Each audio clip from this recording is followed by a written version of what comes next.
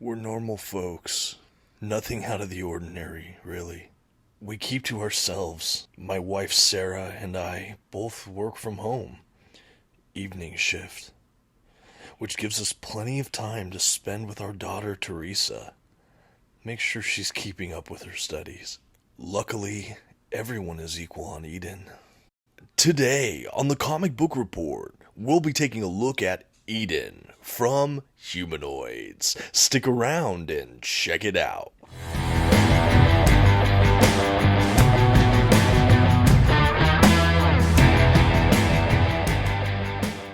Greetings everyone, my name is Dominic and today you're tuning in to the Comic Book Report, where we review comic books and graphic novels so you can get an idea of what to read.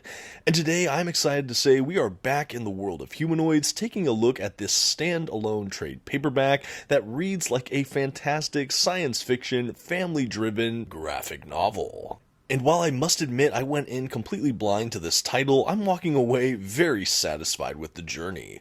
Before we jump into the collection though, I would like to just say a huge thank you to those at Humanoids for sending over this review copy in exchange for this honest review.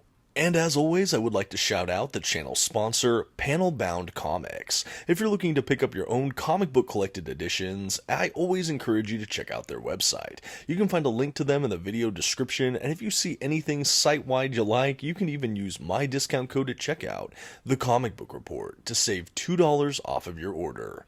Please note if you use my affiliate link or code to make a purchase, I will earn a small commission, but it's a fantastic way to continue to support this channel. Thank you so much for considering. Now let's get started with today's trade paperback review. First, some quick facts about today's collection.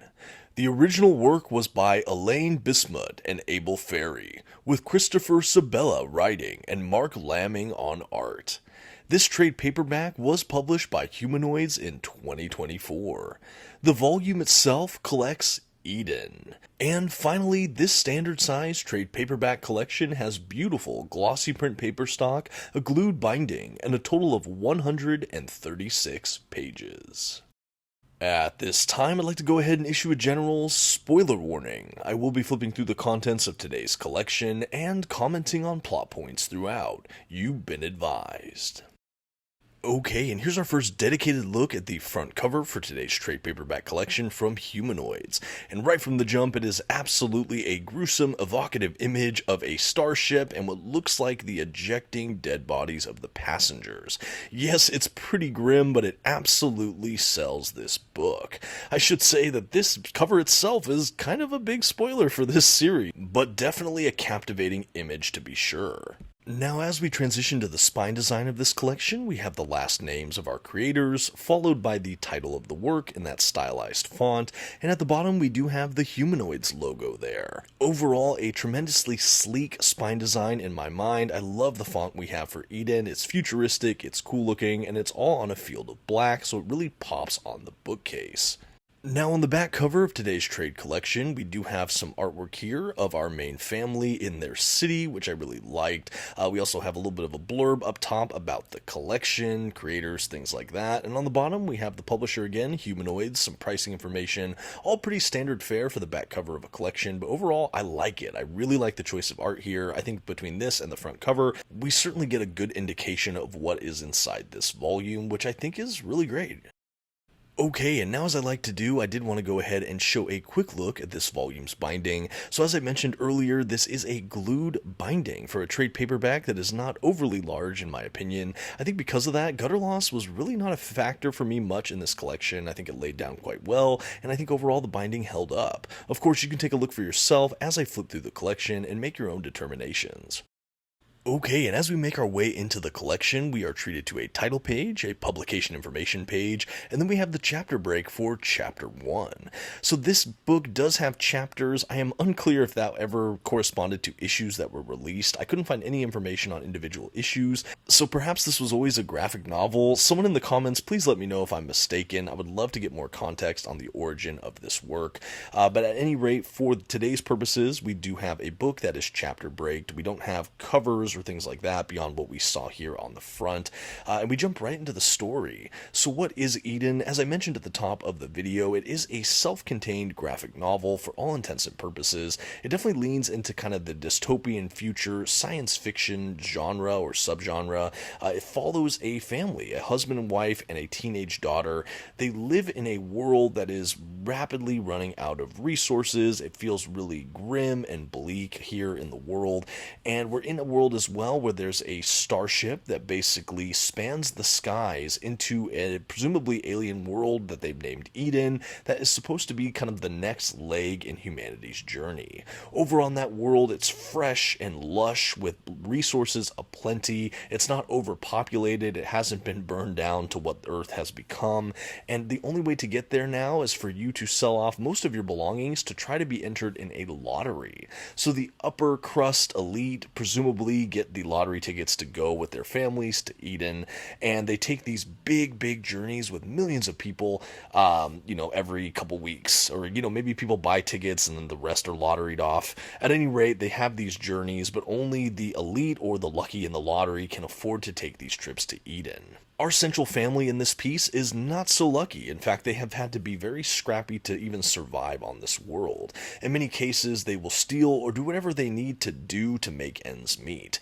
Along the way, they are trying to still be really good parents as much as possible and want to give their daughter the life that she deserves, and they believe that that is to be on Eden. So when their neighbors were called to win the lottery, they just realized that all they have to do is steal one more time, and they can masquerade as this family, get aboard that starship, and start a new life in this veritable utopia across the stars.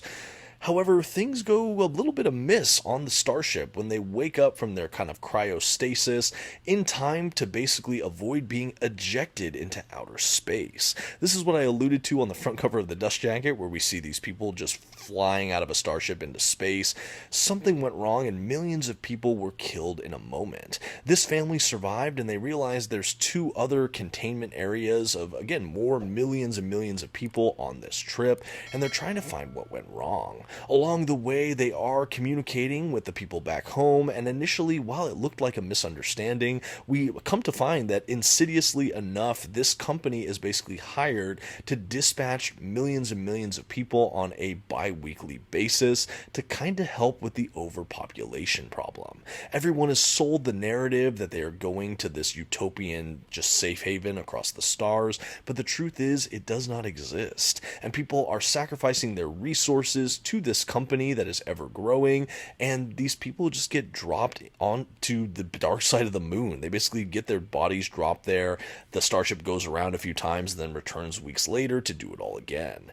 Unable to believe this, the husband in the family is doing everything he can to hold on to hope. Meanwhile, everyone back home is scrambling to keep this secret by waking up some people on Eden to basically dispatch and end this family from divulging their secret.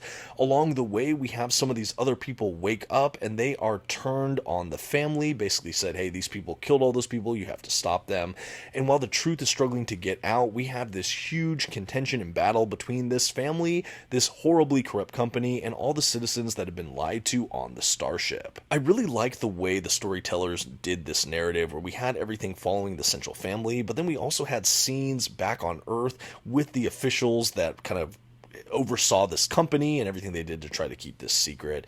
Again, it's a really insidious and dark story in many ways, but the characters are so upbeat and relatively optimistic. The family, you can't help but feel, are so likable, and the story was very engaging. The art throughout as well is absolutely gorgeous, and while we had some twists and turns in the story, I just enjoyed every moment.